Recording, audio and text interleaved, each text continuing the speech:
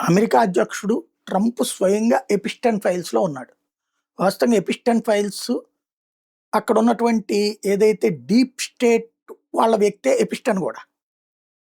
ప్రపంచంలో ఉన్న అగ్రనాయకులు అందరినీ గూడా అమ్మాయిల్ని, లేకపోతే చిన్న పిల్లల్ని లైంగిక సంబంధాలకు పిలిపిచ్చి, వాళ్ళ దీవిలో అక్కడ వీడియోలు తీయటం, అక్కడ వాళ్ళతో ఈ కాంటాక్ట్స్ మెయింటైన్ చేస్తుంటం, ఇవన్నీ డీప్ స్టేట్ వాళ్ళే చేసుకొచ్చేటటువంటి పని. ఎందుకంటే తర్వాత బ్లాక్‌మెయిల్ జేయడానికి.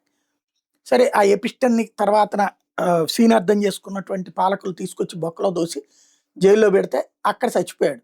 అతను సూసైడ్ చేసుకున్నాడని ఒకవైపు, లేదు అతన్ని చంపేశారు ధనవంతులందరూ కలిసి అని మరొక వైపు జరిగింది. చివరికి వీళ్ళు అత్యాచారాలు చేయడమే కాకుండా పిల్లల్ని కోసుకు తిన్నారన్నటువంటి రాక్షసమైనటువంటి పని జరిగిందన్నది కూడా ఒక మోడల్ చెప్పినటువంటిది కూడా వైరల్ అయింది ఆ రోజుల్లో. బట్ దాన్ని దాచేశారు. ఇప్పుడు ఎపిస్టన్ ఫైల్స్‌లో ట్రంప్ కూడా ఉన్నాడు ఎపిస్టన్‌తో కాంటాక్ట్ అంటే, అతని వీడియోలు మాత్రం దాచేశారు. అతని ఫోటోలు మాత్రం బయటకొచ్చినాయి. అంతకుముందే రిపబ్లికన్ బ్యాచ్‌కి వ్యతిరేకంగా ఉండే డెమోక్రాట్స్ బయటపెట్టారవి. ఇప్పుడు ట్రంప్ అధ్యక్షుడిగా ఉండగానే ఎపిస్టన్ ఫైల్స్ వాళ్ళకే సంబంధించినటువంటి అమెరికాకే సంబంధించినటువంటి జ్యుడిషియరీ టీమ్ రిలీజ్ చేసింది. 3,00,000 పేజీలు, 2,000 వీడియోలు. దాంతో ఉలిక్కిపడటం అనేక మంది నేతల వంతైంది. ట్రంప్‌ని ఈ విషయం మీద సీఎన్ఎన్ రిపోర్టర్ అడుగుతుంటే పిసిక్కుతున్నాడనమాట. ఏ రిపోర్టర్ దాని గురించి అడగకూడదు ట్రంప్‌ని.